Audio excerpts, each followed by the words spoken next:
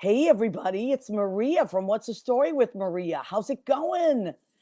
We are so happy you're here. Tonight is Tuesday, April 18th, 2023.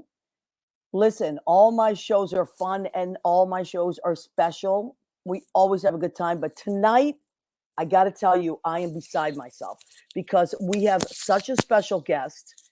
Is someone that I just love. I love for all the right reasons. And she's with us tonight. She's lovely. And I cannot wait. We're going to bring her on. Get ready. It's Amanda McBroom. That's who we're bringing on. Yeah, big fish, small pond, days free and my nights long. I create my own reality. Who I am is fine with me. I'm as famous, I'm as famous as I wanna be. Who I am is fine with me. It's who I am. It's who I am. Fine with me. It's who I am. It's who I am. Yay. Okay, so I'm busting out of my whatever. I'm just busting out with excitement. I'm so happy. I have been a fan of Amanda's for so long, as have all my friends. And so we're just so happy that we got the opportunity to have her on the show. She's going to join us momentarily. So let me see now, pop in comments. So far, Danielle from D's Enlightened Edits has joined us. Hey, Maria and Leo, happy Tuesday. Happy Tuesday to you too, my love. Danielle is an amazing friend of ours who happens to be a spiritual medium. She is a healer, a guide. She has all kinds of classes. She does quantum sessions. I had a session with Danielle that blew my mind. And so ever since then, I've been singing her praises. So if you want to get a hold of Dee, she is on Instagram. She is on Damsel Designs, right there, DS Enlightened Edits. So that's how you can find Danielle, our friend. Lori Towers has joined us. Hi, Lori Towers. Lori Towers is an amazing journalist, DJ, bass player, press agent, incredible everything. And she has Leo, pop in with me for a minute because Leo knows all about Lori Towers and John. Leo, you listen to those shows. Every Wednesday night, I am there listening to Sheena's Jungle Room in the underground. I'm an underdweller. Underdweller. Oh, I love that. So, and rumor has it that we're going to be getting a cookbook ready for the underground, because there's a bunch of us that cook as we're listening to the music and we're typing in and chatting. So a lot of great stuff and a lot of great music. I mean, some great underground and history lessons that John puts out there. I love it. Yeah, so you can catch that. And they also do Jazz Just After Dark, Marker Park Radio. So Lori Towers and John Pietero are friends and amazing. They're disc jockeys. They're radio journalists. They are historians, music historians. Freedom fighters. Cool, yes, freedom fighters. Really cool stuff.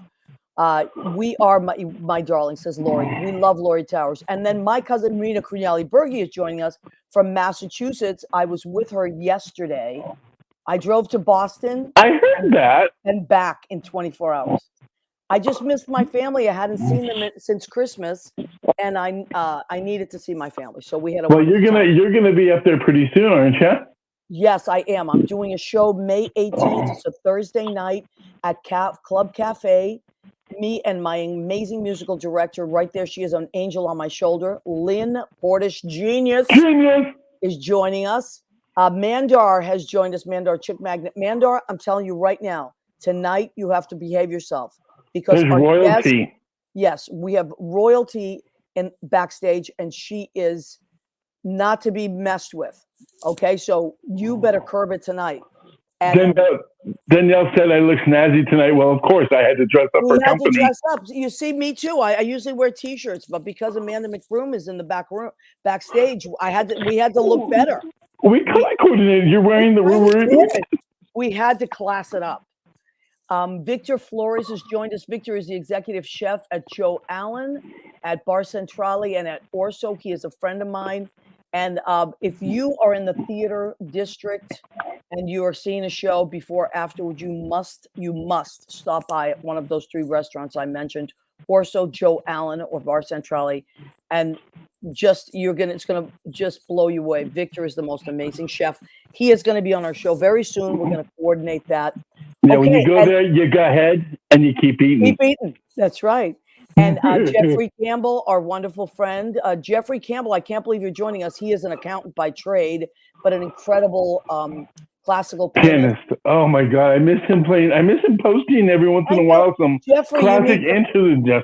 Absolutely, Jeffrey needs to post soon, but he's in tax season, as we know. Let me tell you, I am so proud of myself. I paid my taxes. I found some more deductions, so I'm doing mine. As soon as I get off here, I'll be finishing mine up. But I wanted to say, Jeffrey Campbell, I miss your black eyed pea dip for New Year's. That's what I miss. And with shout out to Stephen Albell and all our regulars. Okay, so Barry Silver has joined us. Hi, Barry. He's going to be that's my birthday, Barry, the 21st. And I'm having a birthday party on the 22nd at Stonewall Inn. You're invited, Barry. I'm going to send out evites this week. Okay. So Maria, I have to say, yes, there is a new recording, and we should listen to it because I love Amanda's voice. Me too, and her songs. So if you don't know who Amanda is, perhaps you do live under a rock. I don't know. Some people maybe enjoy rocks. They want maybe. But if you don't know who Amanda McBroom is, you will know tonight.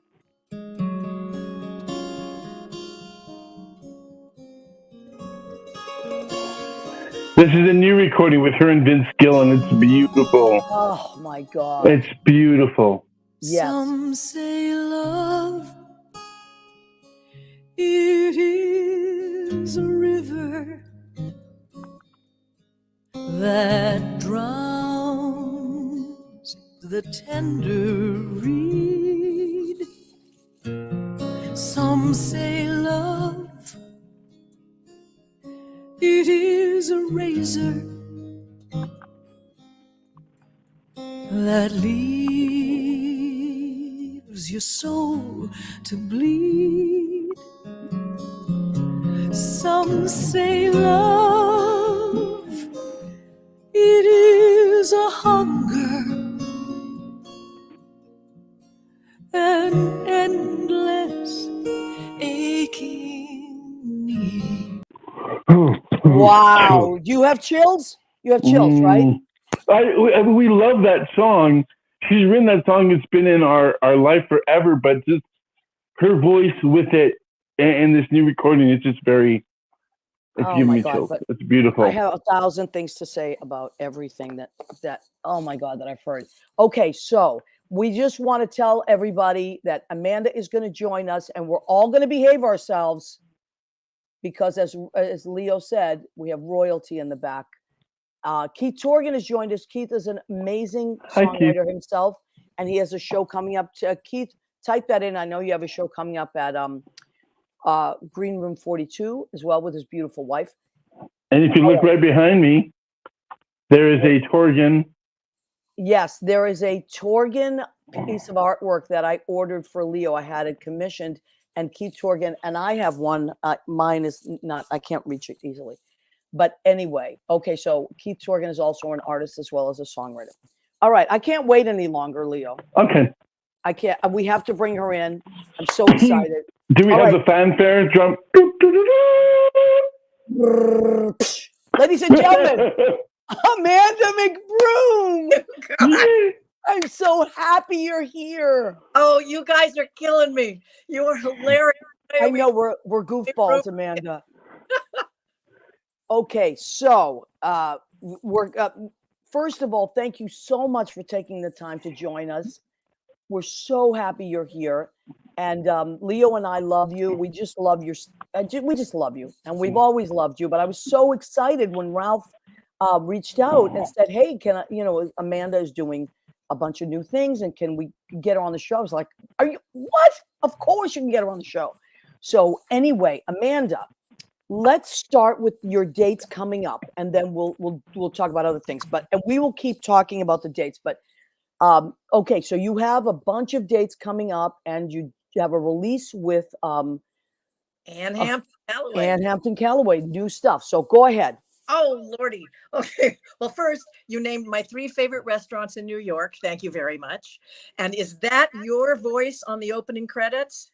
Oh yeah. Oh my God, Mama. Oh, thanks, honey. What? Holy, well, okay. New biggest fan. Oh my God, this is great. I'm thrilled. All right. So, okay. The cheap plug is I'm appearing for the first time in St. Louis at the Blue Strawberry on April 26 and 27. And then I'll be at Feinstein's in Carmel, Indiana on April 28th. Both of these are new venues for me, and I'm really excited. And then on May the 12th is when the duet that Ann Hampton and I wrote together will be released on Spotify. And that's called Almost. Yes. Right? Okay. Wow. So have you worked with her in the past as a co-writer, or is this a new thing? I know you've performed with her before, right? Oh yeah, she is one of my major gal pals. Yeah, I love that. Don't you love that? I'm a huge fan of hers, and we've written a few little things in the past. And then the short story of this last one, I had written a lyric and put it in a drawer for about 5 years. And Anne and her beloved were spending the night with me. We were having a jammy party, and I pulled this little piece of paper out, and I said, Anne, I don't know if this is of any interest to you, but would you be interested in writing the music to this lyric? And she looked at it and she said, sure, come on, let's go. And we had like 3 other people there for breakfast. And I said, no. It's just you and me. We got to be private. It's got to be serious. We got to be deep. And she said, no, come on, everybody. So everybody grabs their bagels and we all go out to the piano. And she looks at this lyric and she puts it on the piano and she thinks for 20 seconds and she goes, blah, blah, blah. And there's the song I've been trying to write for 5 years. Unbelievable. She's amazing. I love that story. You know, when people are connected on that level, it's just like the floodgates just open up. All this creativity just is on at the forefront. I love that, those connections. And I don't know about you, but I feel like these are connections from another world. It's like a higher vibration that we connect. You know, many years ago, I was in therapy, and I remember I had like recorded my first album and played it for my therapist. And she said, you know what? And I always want to share this with other artists because I think that you'll appreciate it. She said, artists, especially singers and songwriters, have the luxury of having their highest selves recorded. And I always remember that. She said, you know, like a nurse may have an amazing day where she saves a life or something. It's not recorded. It happens. She knows it happens. Someone else knows, but it's not to be shared with the world. Other people do amazing things. Maybe someone is driving down a highway and avoids an incredible accident. That's not recorded for anyone else. Right. But we as singers and songwriters have that luxury of having that like highest vibration, like encapsulated, frozen in time, and it can be shared over and over and over again. Isn't that beautiful? So powerful. I know. Powerful, yes. So that brings me to your voice is and completely angelic. To me, it is connected. It is locked in. Right? Am I right, Leo? Yes. It's connected to. I was talking about you all weekend too, because I also work at Brandy's, and Bobby Belfry is there, Lauren Muffson, amazing singers, and so we were all talking, and most of them have seen you live. John Satcham has seen you live. As a matter of fact, your last show at Feinstein's, 54 Below. Right. He came from that show and came to Brandy's and said, "You're not. Oh my God, I saw Amanda McBroom. It was incredible." Oh, yay. So your voice is just this angelic sound. But let's talk about your songwriting. Their stories. Yeah. Their stories.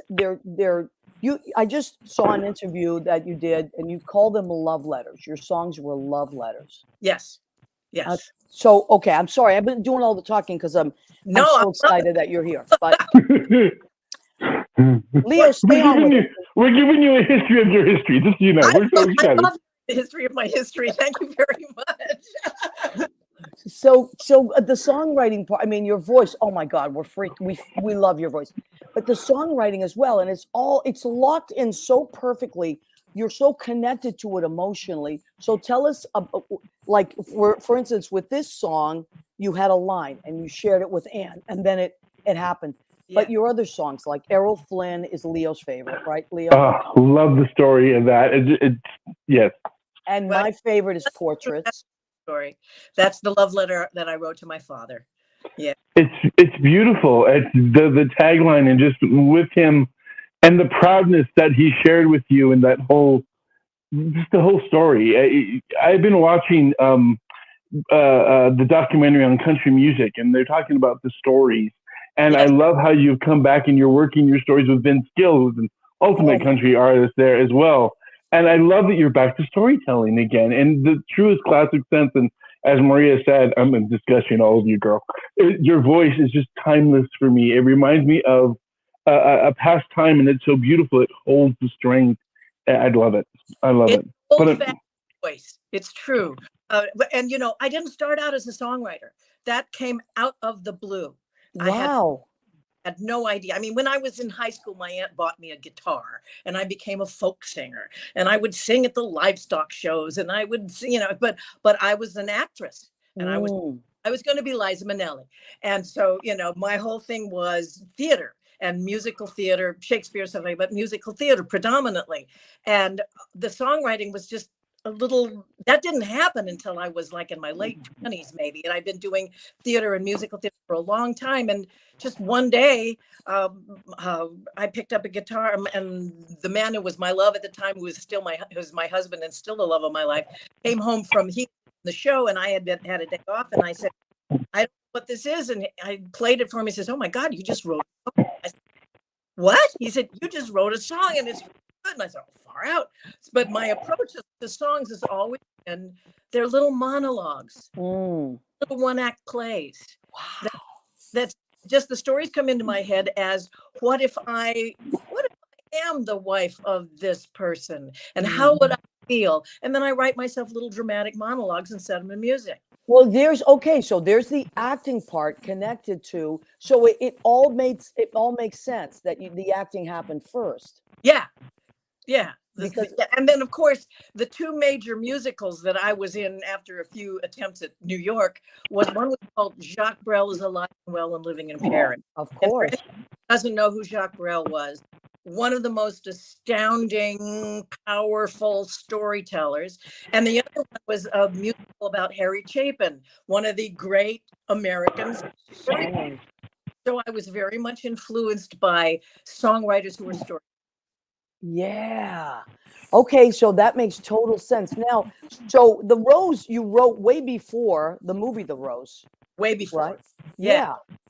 And they had gone through a bunch of different songs for that. And I mean, you'll tell the story, but I was shocked to hear that it was originally dismissed. They didn't take your song, right? Right. Well, I was very fortunate. The original version of this movie, it was called The Pearl, because that was Janice's nickname. Oh, Right. Her family wouldn't allow them to use it. So they said, we'll just call it The Rose. Okay. And the next piece of the miracle puzzle was that they did not hire a single composer, which is what they usually do for film. They were looking for because it's a rock and roll and there were all these different bands, they were looking for all different writers. Wow. And then I didn't know how to submit a song. I wasn't a songwriter. I was an actor. Wow. My girlfriend was a songwriter, and she said, "Listen, I know you wrote this song. You have this little song called The Rose, and we're submitting some of my songs to the movie studio. Do you want me to submit your song?" So I grabbed my little El Chizo cassette and I handed it to my beloved friend Michelle Browerman, and she submitted it to them, and Bet liked it, and that's how it wound up in the movie. I love it. Wow. I love it. Now let's talk about Michelle Browerman. Yes. You have been friends for how long? We met in 1974. Wow, that's so amazing. It is so amazing. Beautiful. What a beautiful story. So tell us about that connection and how you're still connected and doing music together. Michelle, I met Michelle. I was living in a funny little apartment in Hollywood, and somebody pointed out this bronze MG convertible and said, "You see that car? That car belongs to a music producer. You should introduce yourself." So I don't know what overcame me, but I wrote a note and said, "I write songs. I live in apartment 203," and I stuck it under his windshield. And Wow. and said, "I'd like to listen to your songs." And so I gave him another cheesy little cassette, and he listened to that and he said, "You've got to meet my girlfriend." So he introduced me to his girlfriend, Michelle Browerman. Wow. Right. And the two of us we sort of went, "Hello." And later, they were no longer a couple. We were a songwriting couple, writing songs together since 1974. Oh my I love God. that. I love that. I don't think that kind of history can exist anymore the way that it did for you in that time. And, you know, the 70s, almost, it was like the last chance where you could go to Hollywood and sit on the stool and maybe get, you know, discovered.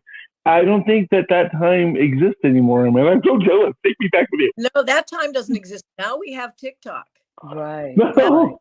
That's a whole other, you know, genre, but it is giving certain people opportunities to write and sing, you know. So That's true. That is true. Absolutely. I loved the 70s. Oh, me too. Are you kidding me? Oh my God. I personally feel like the best music ever written came out of the 70s as far as singer-songwriters. Yep. I mean, there's a lot of different decades for great music. I'm not saying, I think it's all great and it's all useful. But as far as singer-songwriters go, that was my favorite era. I'm with absolutely. And Broadway too. I loved Broadway in the 70s. I thought there was so much amazing stuff. Yeah. Yeah. You know? Now, here's what happened in the last few days. Every time I mentioned your name to someone, they said, "Oh my God, I love her. I did this with her, or I did that with her." So Wendy Lane Bailey says hello. I love the Wendy. How much do we love Wendy Lane Bailey? I love her. And she and my musical director are Lynn Portas, who's amazing. I know. Okay. They just did the United Solo Festival together. Right. And so that's their connection. And then Carlos Knott, who is a friend, said, I took a master class with Amanda, and she wrote me a note that he has framed in his apartment. Aww. How sweet is that? That's wonderful. I loved Carlos. I loved him. I know. And then Melissa Driscoll said that she did Follies with you in the early 2000s. Yes, absolutely. So everyone, by the way, your reputation precedes you, not just as a songwriter, but as a lovely human to work with. Oh. So I thought you should know that. Okay, so. And there's a generation of children that are going to know your music. Yeah, from songs here and there. Okay, so tell us about this, Amanda. Again, it's Michelle's fault. Always Michelle's fault. It was Michelle's fault because she was friends with the producer of the Land Before Time series, and they had the first two films. The first one was Randy Newman did all the music, and the second film I think was Leslie Bricusse, and they were looking for somebody else to write the next Land Before Times thing, and we got the gig, and it was more fun than anything. I tell you, writing songs for baby dinosaurs, you take a song and then they'd say, "Oh, a baby dinosaur would never say that." Oh, okay, well, won't say that. But it was, instead of love songs and trying to think of, oh God, another love song, we're writing songs about mud and burping and trees. It was more fun. It was like writing a Broadway musical every year. It was so great fun. And Danielle says, I loved Land Before Time. See? And Andy Prasky, Bet beat out. Okay, he says, Bet beat out Barbara Streisand and Donna Summer, winning the Grammy for The Rose. That's right. Wow. You are a Grammy winner. Well, I am. I'm a Grammy helper. Golden Globe. Let me see. So Carlos Jeffrey Campbell says Errol Flynn is the most beautiful song. It is. It is the most beautiful song. And I got to tell you, my favorite is Portrait. It's Oh, so painful that I literally every single time I hear it, I feel like someone punched me in the stomach. But dear. it's a good feeling. It makes me feel my feelings, and I thank you for that. Well, thank you. Yeah. If you don't want to feel your feelings, ladies and gentlemen out there, don't listen to Amanda McBroom, because you are going to feel all your damn feelings, like it or not. Okay, so now you could very easily just keep writing, rest on your laurels, enjoy the beautiful sun in California. So why do you continue to tour and do these incredible shows that we thank you for? But what is it in you that wants to do it? Well, it's really interesting. When COVID happened, and the world shut down, I thought to myself, is the universe telling me it's time to stop?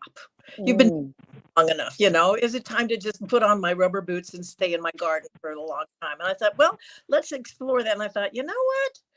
I'm not so sure. And then the universe just kept saying, do you want to sing here? Do you want to sing? Once the world started to open up again. mm, And I realized, of course, you know, I am in that infinitesimally small piece of the music business where the older you get, the more they like you.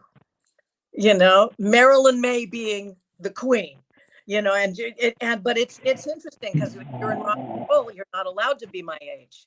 But I was never in rock and roll, so I'm allowed to be my age. And that's really interesting that people still want to hear what I have to say. And I am yeah. grateful.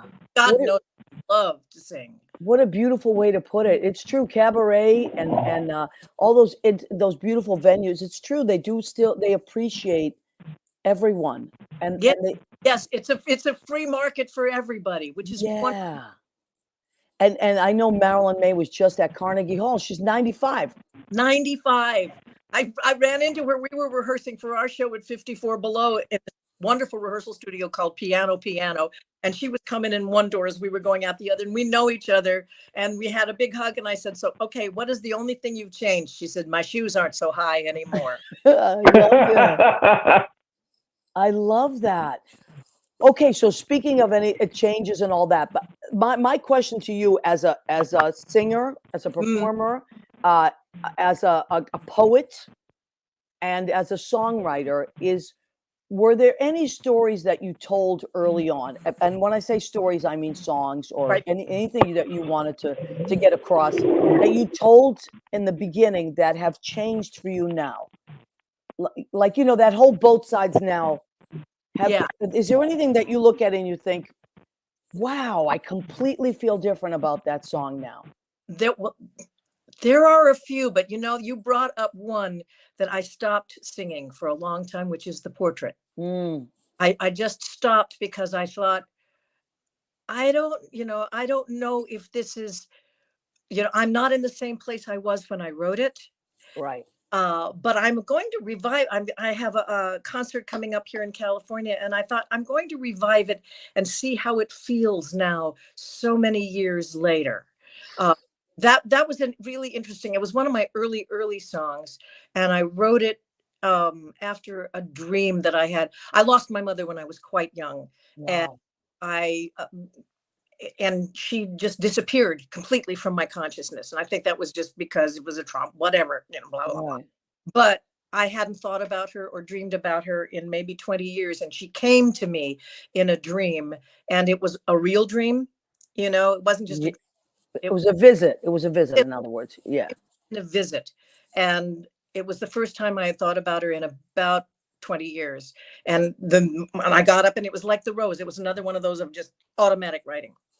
And so I sang it for a long time, and I knew that it was very powerful for people. But Yeah. I had to pull back because, of course, I've got that sad song about my mother. I've got this sad song about my father. Right. And at one point, I was doing a concert, and I had done the Errol Flynn song about my dad, and somebody asked requested the portrait about my mother. So I did that. And afterwards, this woman came up with her 14-year-old son and said, I want to introduce you to my son. He enjoyed it. He says, what's going to come next? You're going to write a song about your dead dog? Oh, no. It was hilarious. I said, zing, right, got it. Right. But you You're know only what?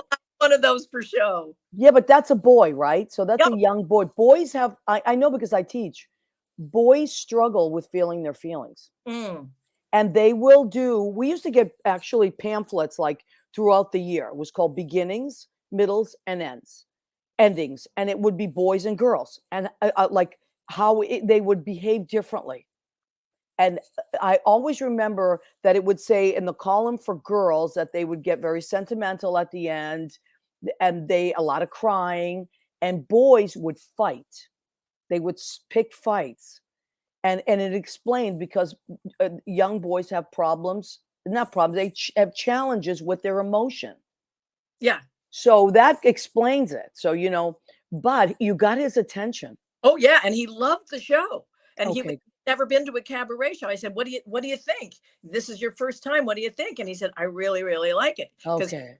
he was used to Led Zeppelin and REO Of Speedwagon. course. So it was just a different animal, but it worked for him. And that was very gratifying. Okay, so let me ask you, when you do a show, so these songs, obviously they're heavy hearted, right? In there, they carry a lot of history and all that for you. But what is the song, or are there several songs that when you're doing a concert, once you get to it, you think, oh, I can't wait to sing this one. I could sing this over and over. Yeah. Oh, So, yeah. Well, no, I have a lot of very funny songs. Michelle and I firmly believe that if you're going to do, as Ann and I always say, you got to buy the ballad barge, You got to buy your ballad. Marilyn May always says, you got to do 3 light ones before you can do the heavy one. I love that. 2, Marilyn, maybe 2. So I love the funny material because I love to make people laugh. I love to make people relax so that then I can go boop and get them. Yes. Get them with a little emotion. Errol Flynn always I love to sing. Yeah. So And beautiful. by Jacques Brel, I love to sing because that's my history. Yeah. Also on your website, which I encourage everyone, I think it's A. McBroom, right? Okay. Somebody else stole Amanda McBroom, so it's A. McBroom. Okay, amcbroom.com. I highly, highly suggest you go and visit it ASAP and just scroll and take it all in because there's so much beauty to take in. And there's is it called like something of the month or something? You have months like March and Every once in a while. For a while, I did a thing called Buried Treasures. yes. Once a month, I would release I call them my children, the children that have been stuffed in the closet for the last 20 years. Yeah. And I would just sort of let them out because otherwise, nobody's going to sing them if they've never heard them. Right. So once a month, last year I was releasing them, and I'm going to start doing that again. I really enjoyed that. And so the ones that there was one, I mean, they're all beautiful, but they're just man, I wrote it down and now what have I done with it? Okay. For Nothing. Oh my God. Wow. That's a very early one, and I'm very proud of it. Yeah, you should be. I mean, it's just a beautiful, I just everybody go to, that's your homework for me. That is your homework for me. A. McBroom, go and check it out, Buried Treasure, and just check out the whole website, and then you'll have all of Amanda's dates as well. Shadow on a blackened wall. Woo! Of a young boy standing tall, pointing skyward where ashes fall on nothing. Gorgeous. Are we gone without a trace? A burning ball in empty space. Even God. How does it feel to be 23? That's what your voice sounds like. Just like youthful. Oh, well, you know what? That was recorded a while ago when I had some top notes that I don't have anymore. But boy, if I got some bottoms. Well, you know what? I'm so glad you said that because one of the things about singing, and I agree with you, is as you get older, we some of our top notes are more difficult. I will agree with you because I am also a singer. But I got to tell you, I love the lows. Me too. And my favorite singer of all time is Karen Carpenter. And Oh, what made Karen Carpenter different? It was her low notes. her low notes. Absolutely. Yeah, that was and Hannah Calloway. Yes. But she also has the stratosphere. That girl's got something like a 72 octave range. Yeah, wow. Okay, let's talk about the dates again in case people weren't here for the beginning of the show. We Amanda has dates coming up Wednesday, April 26th at 7:30 at the Blue Strawberry showroom, and that is 364 North Boyle Avenue, St. Louis, Missouri. The Wednesday and Thursday, April 26th and 27th. Folks, I'm not joking. Get your tickets immediately. Don't mess around. These shows are going to sell out. And then if you want tickets, you can go to bluestrawberrystl.com. Bluestrawberrystl.com. Okay, beautiful. Thank you, Leo. And then Feinstein's Friday, April 28th. But Feinstein's in the Hotel Carmichael, right? Yeah. And that's in California, right? No, it's in Carmel, Indiana. Oh my goodness. I'm so sorry. Thank you, Carmel, Indiana. Actually, we have lots of listeners from out there. So write all this down. It's all on Amanda's website as well. And there's the poster, which we will also, after the show, we will load the poster onto my page and our show page. And another thing I could tell all our audience, please feel free to share the show anywhere you like, as many times as you like, and also feel free to to share the posters, because this is a beautiful experience that you're going to have, whether you are a cabaret singer, whether you just appreciate beautiful music, and teachers too. I can't say enough to music teachers and acting teachers. Amanda, let me tell you, I used to use your stuff in class because I also teach, and I used to teach different things, but I used to use your stuff in class all the time for like telling a story. Wow. Yeah, all the time. Thank you. Throw one more little thing at you, just in case you might be tempted. Michelle Browerman and I are going to be teaching a masterclass workshop in songwriting in Tuscany. In Tuscany? In Tuscany, Italy. Oh my God. When is that? June 17 through 24 in a villa in Tuscany. Come on. That's ridiculous. No, it's ridiculous. It can't get any better than that. No, it can't. Oh my God. All right. So is that also going to be on your website? That's the website. Yeah. Wow. Food and music. Oh my goodness. And Michelle and Amanda. I can't believe it. That's amazing. Well, all right. So speaking of food, if it's okay with you, we're going to do our food section of the show. Yes. Which is called, go ahead, keep eating. So Amanda, one of the things I do to stay creative, because this show is about celebrating creative people and the creative process, and just, I cannot ask people to come on and talk about their creativity if I do not continue to create every week. And one of the things I love to do is cook. So this week, what did I make? Hold on a second. Oh, wait, I can't believe it's in the other room, my shrimp. Anyway, I don't have to go get it. But I made shrimp with garlic. I always have to read it because I put so many things and stuff. I can't believe I forgot it because it's in the fridge. But it's okay. You can picture it in your head. Shrimp with truffle butter and garlic with peas over mushroom risotto. My. Thank you. That's what I made this week. Oh my God. Can I come over? You never make mushroom risotto. Listen, Amanda, you can come over anytime. And when you're in New York, please let me know ahead of time and I will cook for you because I love to cook. I'll be there in September, honey. Okay, that would be so fun. Absolutely. Definitely. Okay. I promise I will cook you, and you just tell me what you like and whatever that was what you don't like. I'll make that again. I'll make this again. Shrimp with truffle butter and garlic with peas over mushroom risotto.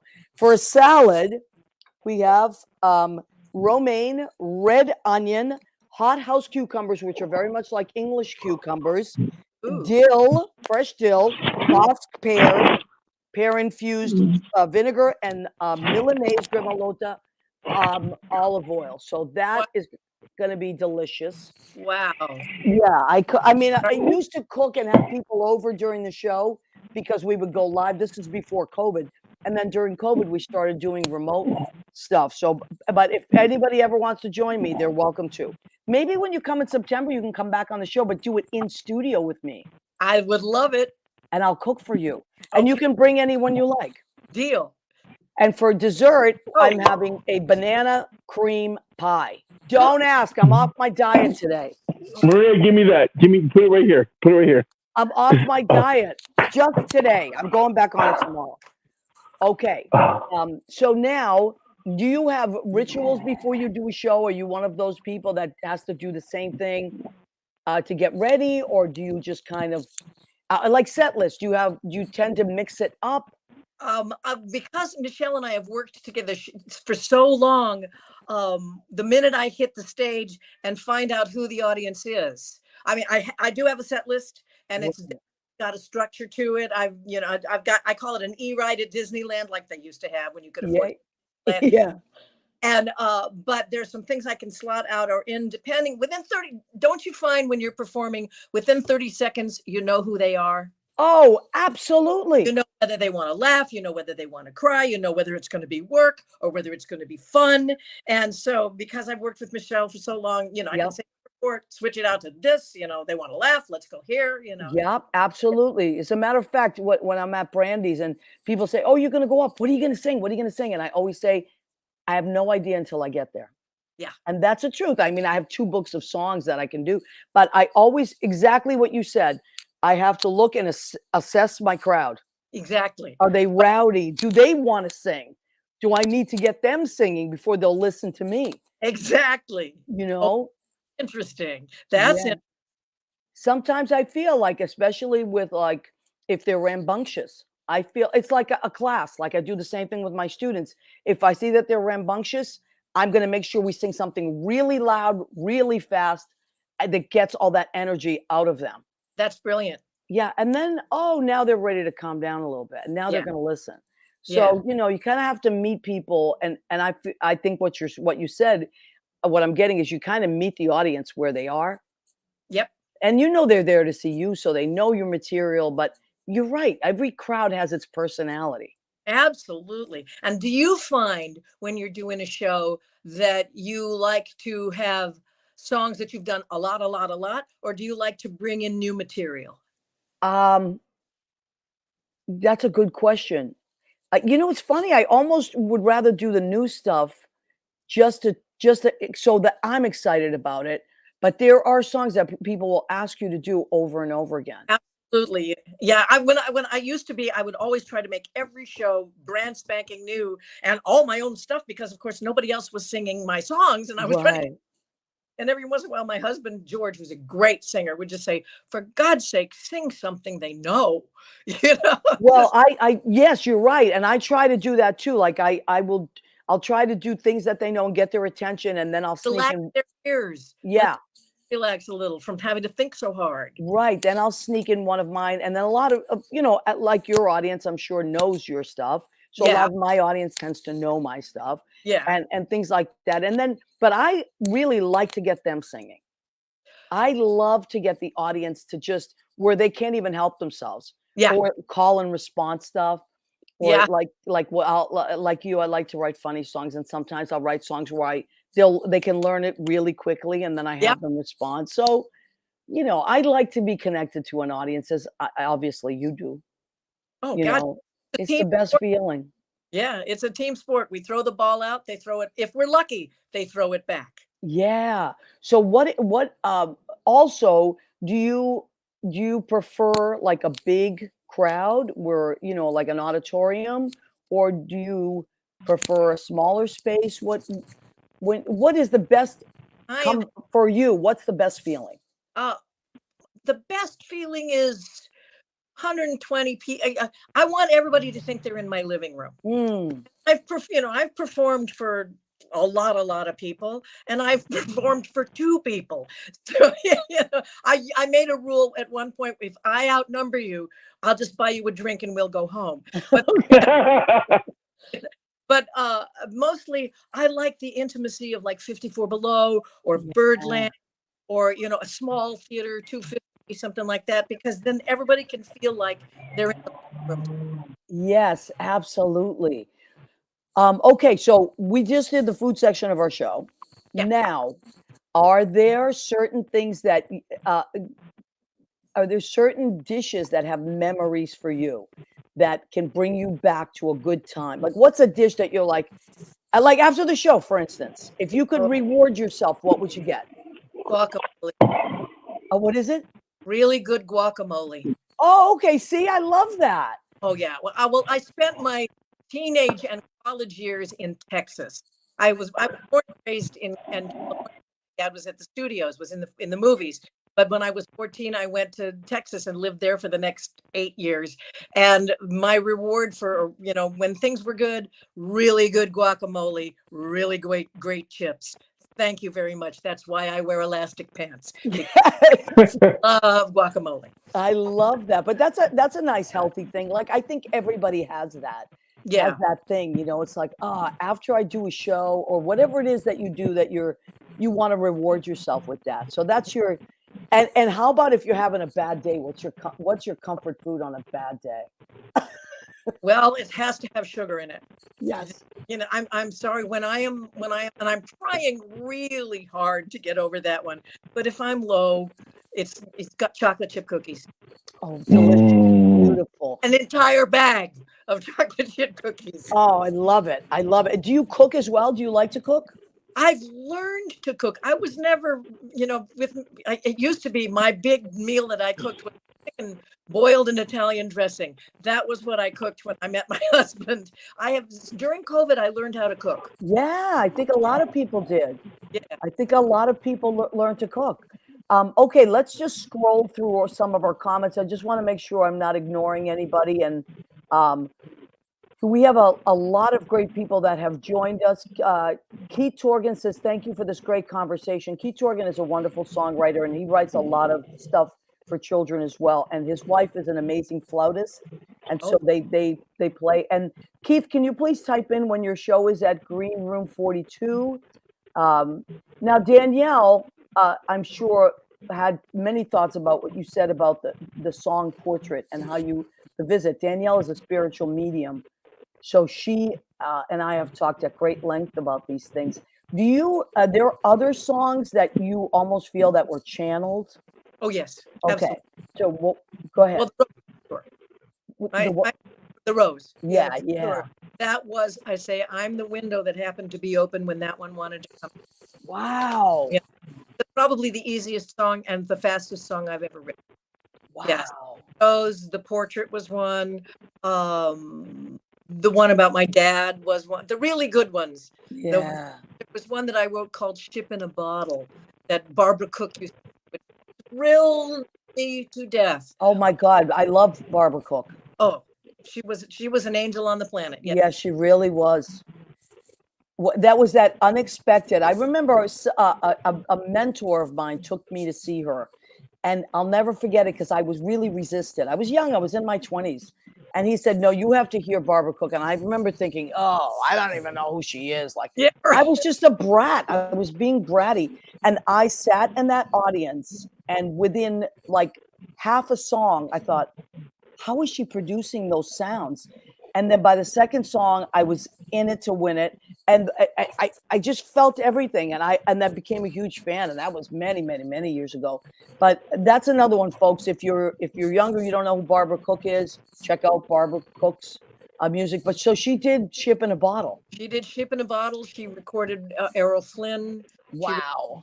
One of mine called Dreaming. Yeah. I was blessed. I was blessed that she liked some of my more poignant things. Yeah, wonderful. Dreaming has gotten a lot of attention by a lot of different stars, hasn't it? Yes, it had.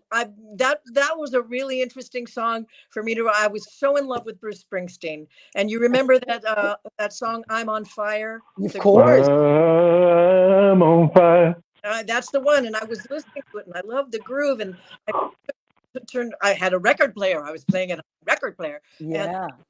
started playing with that groove. And the last line of the song came, and I wrote it backwards. And that was the first time I'd written a song backwards, which I do a lot now. Oh, well, what's the story? Mm. Line. So frequently now I write songs backwards. Yeah, absolutely. And I heard in another interview that you said that you like to, sometimes it's just the line and you'll write the song out. And Yeah. I could not agree more, because that's exactly the way that I write. Yeah, From one, it's almost like the center of the song, and then it builds out from that. exactly. It's the melted chocolate in the middle of the baked Alaska. Yeah, the payoff almost, Exactly. like I love that. So that was really, it was wonderful to just listen to little clips of things that you said over time as a songwriter. I mean, as a singer, just I truly believe that you are divinely inspired. I mean, and I'm not saying that for any other reason other than I believe it. I just really believe that you channel something that is higher than you, and that comes through your body and it vibrates through. I think you know what? It's, I don't mean to be modest here or anything, but I think you're right. It's music is my church. Yes. And it's my spirituality. And I think that when I'm allowed to sing, which is a gift, I'm just a tube, and Yeah. somewhere through Yeah. my soul. Absolutely. We are but vessels. That's Yeah, it. I always felt that. I always before I go on stage or anything, if I have to public speak or anything, I always, like, my mantra is, I always say, God, make me a vessel for your message and not my ego. Ooh, So that, good. as a performer, it's very easy to get that, that thing going. But if I just say that to myself, then I leave myself open to be whatever I'm supposed to be Yeah. in that moment, Yeah, it's the weirdest. I hadn't thought about this until we're having this conversation, but it's the only time in my life when I seem to be egoless. I love that. I'm singing. It's like I sort of get out of the way of something. How do you feel? Okay, so now, how do you feel about studio work? Do you like it? Or do you find it to be, tell me what you feel about studio work. It's very different. It's much more precise. I've learned to love it. I was really lucky in that the very first things I recorded, because I'd never been in a studio, but this lovely man hired me to be the vocalist on 2 direct-to-disc albums back in the day. And with what he did with the direct-to-disc, they put you in a soundstage surrounded by the orchestra. And then some people with earphones can sit and listen over there, and you record an entire side of an album without stopping, and you do it over and over again until you get the take that they think is right. And wow. So in between takes, nothing stops, so you can hear people turning pages. You can hear all the ambience of it. It's a live experience. Wow. I learned how to sing a microphone because it was like I was on stage. Right. So and I learned how to love the sound of my voice, because I didn't particularly like the sound of how you look at a picture and you say, oh, too big, you think, oh my God, my voice is too, and I learned to appreciate the sound of my voice, and I learned how to be subtle, and I learned how to pull things in, because I'm one of these, I came from learning how to do this was that was the challenge of working in a studio. Yes, absolutely. I love the studio, actually. I love it. But it's true, it goes backwards from what we learned as performers, right? Because you usually are on stage first, you're right. And then you go in it. I love that, though. It's the same thing kind of with film and acting, though, isn't it? With stage, you're acting out here. When the camera's on, the camera's like right here on you. But I started doing television. The first TV show I did, the sound man, God bless him, came up to me and he said, "You see that? That's a microphone. It picks up everything. You don't project." And I went, "Oh, I don't have to project." Okay, it took me a while to learn that one. Wow. Listen, I have an apology to make. I'm taking care of my girlfriend's dog. I have a little dog. But my girlfriend's dog is now fast asleep and she's snoring. and it's very loud. So if you hear that, it's not me, it's London. Then She's it must. That's my dog. My Yeah. dog, Rosie, old blind Rosie. She snores all the Oh time. my God. So I'm thinking, oh my God, how embarrassing. I don't want her to think that someone is falling asleep. It's the dog. In my house, there's only one old dog that snores. That's Me. you. Okay. Yeah. All right. So we have come to the end of our show. I can't, the hour flew by. Amanda, I cannot thank you enough for taking the time to come on. What a lovely, lovely hour this has been. Oh, honeys, I feel like I've got two new best friends. Yes, we love you. We loved Anytime. you before, now we love you for a whole new reason where it's just, but I always ask, I ask our guests to leave the audience with something that will inspire them, because most of the people that listen in are people that are creative in some way. What would you say about just creativity in general? How would you leave us? Oh boy. My husband gave me the best lesson I ever learned for singing, and I think it's true for writing as well. And he said, just stand still and tell the truth. tell the truth. Wow. And I for writing, tell the truth. That's beautiful. You don't have to be fabulous. You don't have to be in whatever. Just tell the truth. That's where the power is. Oh, I love that. I just love that. That's it. We're going to end on that. Please go to amcbroom.com for all of Amanda's upcoming shows. Listen to all her music. My cousin Rena, who is just a beautiful, beautiful person, said a fantastic show. She does not waste words. And we have, after the show, we'll go back and look at all the questions, and there are a lot of things. What? Rena said she sang the Rose in high school at the talent show. She did. And you know, Amanda, I have a little story. I said, no, I'm not going to tell that story, but just a quick story. When I was in high school, same thing, the Rose, because I graduated in 1980. So the Rose was like the biggest song ever, right? It still is, but you know, it was new. So our choral group, we got to go to Washington, D.C. because we had done really well in competitions. And I got to sing, I was the one chosen to sing the Rose at across from the White House for, it was Mondale because Carter was at Camp David. But it is one of those moments in my life. Every time I hear the Rose, I think of it. And so I just want to tell you that. But someone said, oh, you need to tell Amanda. I said, I'm not going to tell her that story. But when you said that, Leo, I said, I got to tell Amanda that. Yes. You got to. And someday, over some really nice risotto and a glass of wine, you got to sing it for me. Oh, are you kidding me? I'm a big ham. Absolutely. And you know what? I'll stand there and just tell the truth. How about that? I wish you were in my living room the other day because I just put it on my karaoke and sang it knowing that you were coming. I love it. I love it. I love it. Thank you to Leo Rodriguez. I don't know what I'd do without Leo. Amanda McBroom, my goodness, what a lovely human being you are. And how Maria. Yeah, we're gonna be buddies. I can't wait. And I'm gonna cook for you. I love to cook. So okay. Thank you, everybody. Come back and see us every Tuesday at 9 p.m. Eastern, 6 p.m. Pacific time. We love and appreciate you. And good night. Well. Yay. Thank you. Bye.